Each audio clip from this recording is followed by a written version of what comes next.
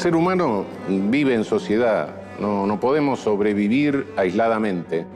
En todas sociedades se producen conflictos y todas sociedades tratan de encontrar vías para resolver los conflictos o encontrar alguna solución en caso que ya se hayan provocado resultados negativos.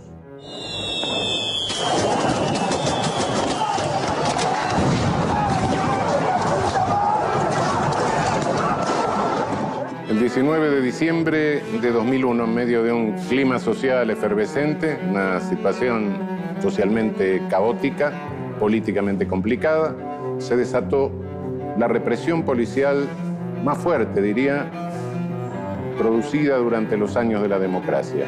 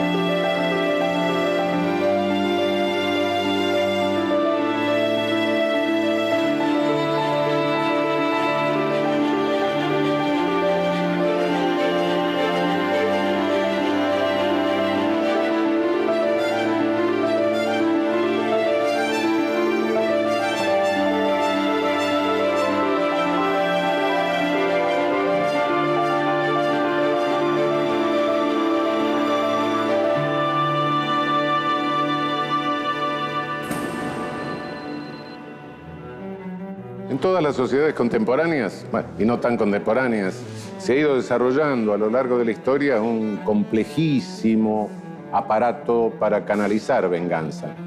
Es decir, si los estados no se ocupasen de canalizar la venganza, toda la conflictividad que genera resultados dañosos derivaría en un verdadero reguero de sangre.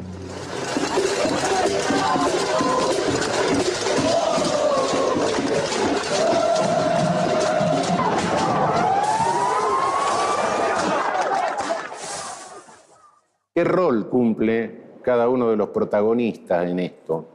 ¿Realmente este aparato sirve para hacer justicia?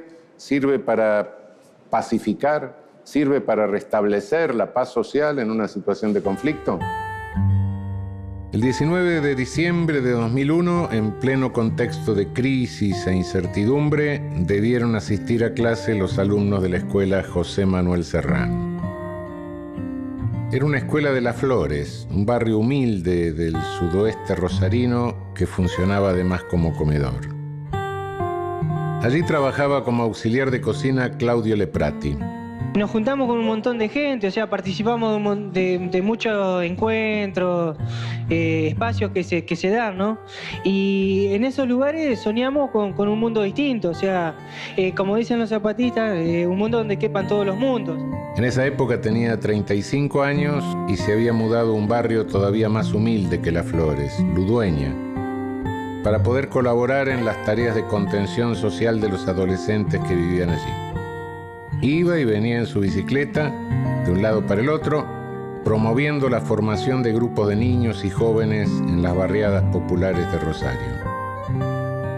El 19 de diciembre había llegado como siempre en la bicicleta que conducía desde el barrio de Ludueña. Estaba preparando la comida cuando escuchó disparos. En la esquina de España y Caña de Ámbar, a pocos metros de la escuela, miembros del Comando Radioeléctrico de Arroyos Secos se enfrentaban con un grupo de no más de 5 personas. Leprati no lo sabía y decidió subir a la terraza de la escuela para ver qué ocurría. Eran días revueltos, claro, pero subió tranquilo. Sabía que nadie iba a pasarle porque estaba haciendo su trabajo en un comedor de niños.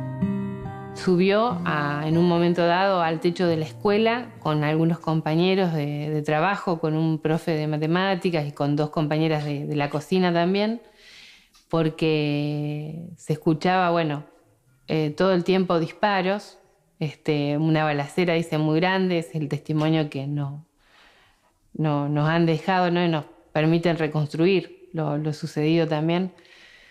Así que suben con la inquietud de ver qué estaba pasando, ¿no? Y por qué la escuela era blanco, porque en realidad hacía rato que escuchaban disparos contra la escuela directamente. Suben y justo en un momento después de que ellos están arriba del techo, pasa un móvil policial muy fuerte y disparando, ¿no? Disparando hacia arriba, hacia la escuela.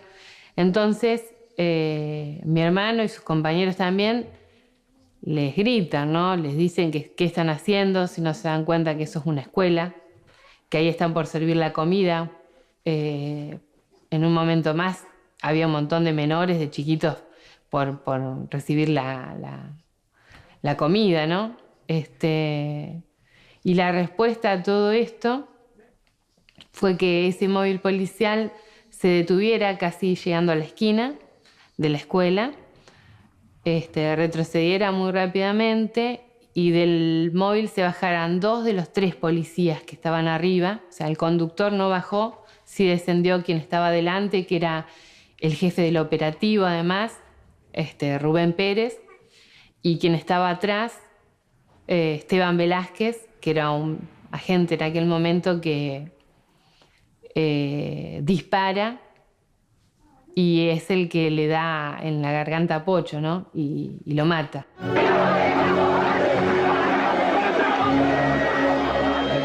¿Qué pasó en esos días de diciembre o tantas otras veces para que la policía actúe como actuó? ¿Por qué el sistema penal que supuestamente existe para evitar que los impulsos vindicativos de la población acaben en una masacre, termina generando él mismo una masacre?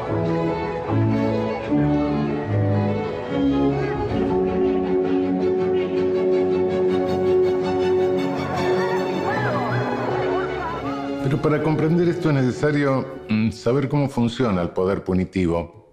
El poder punitivo funciona por segmentos, está sectorizado y cada uno de estos sectores, cada uno de estos segmentos de poder punitivo funciona autónomamente, compartimentalizado, tiene sus propios controles de calidad, sus propios objetivos, etc. De modo que en conjunto da la sensación de ser una orquesta sin director o con muchos directores y nadie se hace responsable del resultado, del producto final. Por el contrario, por regla general se formulan imputaciones recíprocas entre los distintos sectores. Pero estas agencias no solo pugnan entre sí. La segunda característica tiene que ver con la idea de un sociólogo llamado Merton, que dijo que todas las agencias tienen un doble discurso. Un discurso público, moralizante para la policía, de justicia para los jueces, resocializador para los penitenciarios, de información para los medios, de bien común para los poderes legislativos y ejecutivos. Y un segundo discurso que se esconde y se dirige hacia el interior de las propias agencias, en donde aparecen sus verdaderas preocupaciones. En el caso de la agencia policial, es la mayor autonomía. En el caso de la agencia judicial, es la mejor infraestructura y estabilidad burocrática. En el caso de la agencia penitenciaria, es el orden interno y la seguridad preventiva de fugas y motines. Rating y sintonía con intereses corporativos es en el caso de las agencias mediáticas y cuestiones proselitistas en el de los políticos.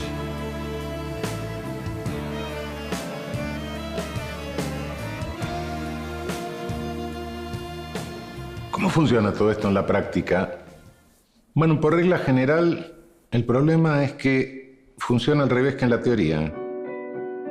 Según el discurso jurídico, los legisladores hacen las leyes, los jueces las interpretan e indican a los policías su accionar, los policías ejecutan las órdenes de los jueces y el sistema penal se encarga de controlar a los delincuentes mientras se reforman. Pero en la práctica casi nada de esto ocurre. Los jueces y los fiscales no salen a buscar delincuentes. Prácticamente todos los candidatos a criminalizados son seleccionados por la policía. Y los jueces tienen una especie de semáforo que da luz verde o luz roja a esos procesos de criminalización que son puestos en funcionamiento por la policía.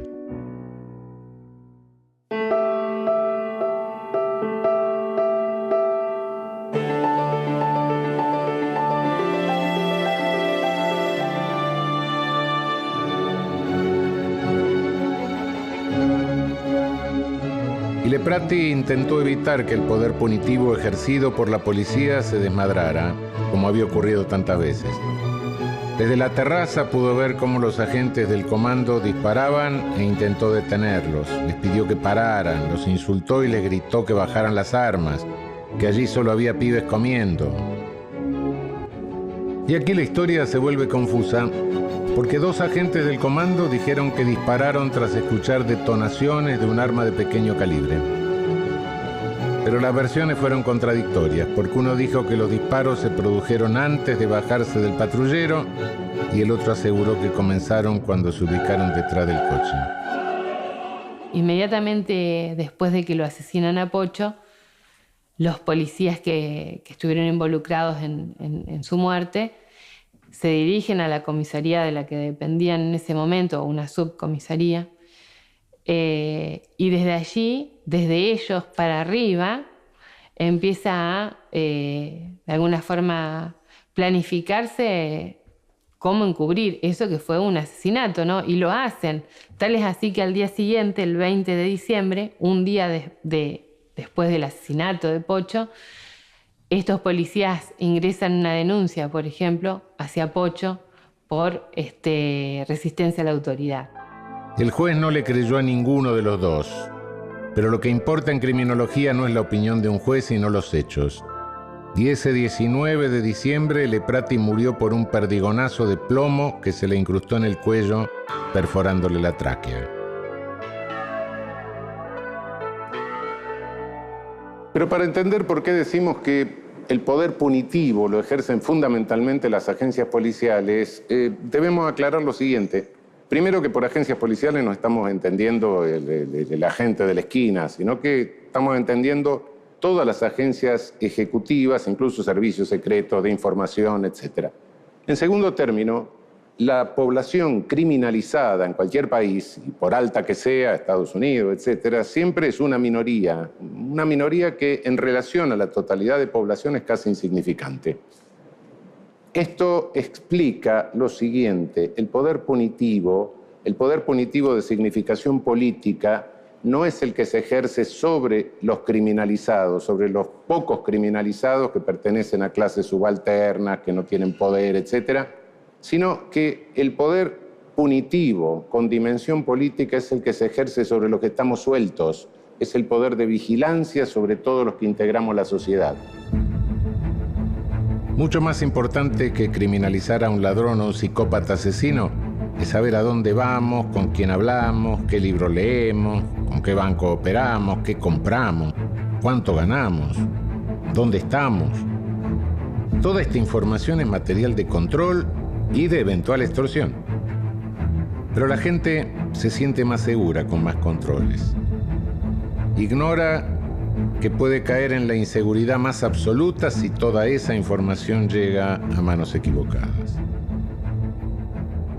En realidad, todos los estados hoy día quieren controlar sobre todo a los sectores más subordinados, a los que llevan la peor parte.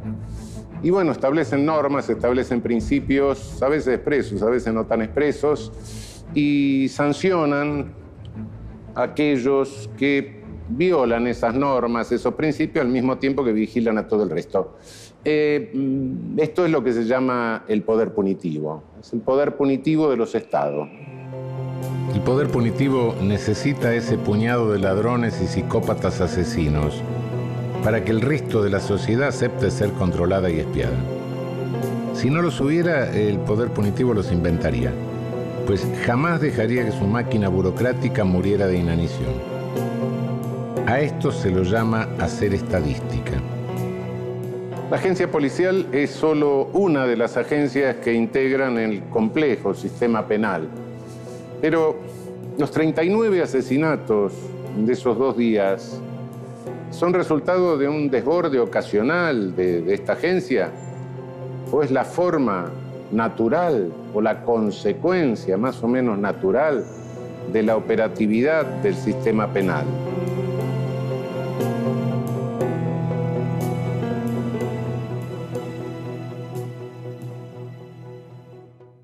Podría decirse que después de todo este tiempo nadie se ha hecho cargo todavía, ¿no?, de lo que la policía salió a hacer en esas jornadas, con absoluta impunidad, y cómo ningún responsable político ha tenido que rendir cuentas, ¿no? El problema no es que el sistema penal funciona desarticuladamente. Este no es el único problema. El problema es que hay una agencia que concentra casi todo el poder punitivo, el ejercicio del poder punitivo. Poder punitivo sobre los criminalizados, poder punitivo sobre la población en general, que es la policía, ¿no? De modo que en este difícil camino por hacer algo en pos de la justicia, uno de los principales problemas es justamente la policía. Muchas veces escuchamos que un agente detuvo a alguien por cometer una infracción de tránsito y le pidió dinero a cambio de no aplicarle la multa. Y si esto ocurre, tiene que ver con un desajuste del modelo. Solo una parte muy pequeña del presupuesto asignado a la policía se destina a salarios. Las decisiones las toman las cúpulas y no hay lugar para la discusión interna sobre la distribución de recursos. Entonces, la paradoja final es que la Agencia de Prevención del Delito se financia mediante la práctica de algunos delitos. Esta situación la tiene que resolver la política, pero lamentablemente los políticos no tienen una idea clara acerca del modelo de policía. Y esto ha hecho que en nuestra región tengamos modelos que a veces parecen suicidas. Por un lado, tienen que sustentarse participando de alguna medida del delito o cometiéndolo. Y por otro lado, no respetan ni siquiera los derechos humanos del propio personal policial, ¿no? Junto a él, nosotros recordamos a todas las otras víctimas. Acá en Santa Fe tenemos que pensar en jóvenes muy chicos, ¿no? Uno piensa chicos, jóvenes, chicos, ¿cómo es, no? Las edades, 15, 14. Entonces, Ricardo Villalba, Walter Campos, ¿no? Rubén Pereira, que era un joven que tenía una nena chiquitita, asesinado ahí cerca de donde lo mataron a Pocho, pero en la ruta también. Juan Delgado, Graciela Acosta, Graciela Machado, Marcelo Pacini en Santa Fe, en la ciudad de Santa Fe. Yanina García, que era una joven de 18 años, tenía una nenita de 2 en ese momento. Bueno, por todos ellos seguimos reclamando justicia, ¿no? Este tipo de historia no nos es ajena. Desde la vuelta de la democracia hemos leído y visto en los medios algunos miles de casos de gatillo fácil. Y siempre nos llenamos de ira contra los asesinos en particular, sin entender que es el sistema penal el que genera este tipo de policía. Es muy importante destacar que por más que cada agencia del sistema penal funcione en forma aislada, intentando llevar agua para su propio molino, y que por más que el mecanismo de funcionamiento del sistema penal esté subvertido, otorgando casi la totalidad del poder a una de sus agencias, y que justamente esta agencia esté deteriorada por definición, con todas las consecuencias que eso trae, que ya hemos visto, no se trata aquí de una conspiración. Estos desajustes del sistema penal no responden a un genio maligno que opera secretamente desde su guarida. Simplemente son desajustes que ocurren y que nadie detiene porque responden a los intereses de algunos sectores. La consecuencia más brutal del ejercicio del poder punitivo, sin duda, que son las masacres. Y bueno, frente al riesgo de desborde del poder punitivo que desemboque en masacre, la solución preventiva es oponerle un poder jurídico de contención. Ese poder jurídico de contención es el que le puede oponer el derecho, el que le puede oponer los jueces, los fiscales, los abogados, etc. El sistema penal, que en teoría es bueno, la herramienta estatal para evitar que los impulsos de venganza de los ciudadanos acaben en masacres es hoy en día la herramienta de la que se valen los estados justamente para perpetrarlas.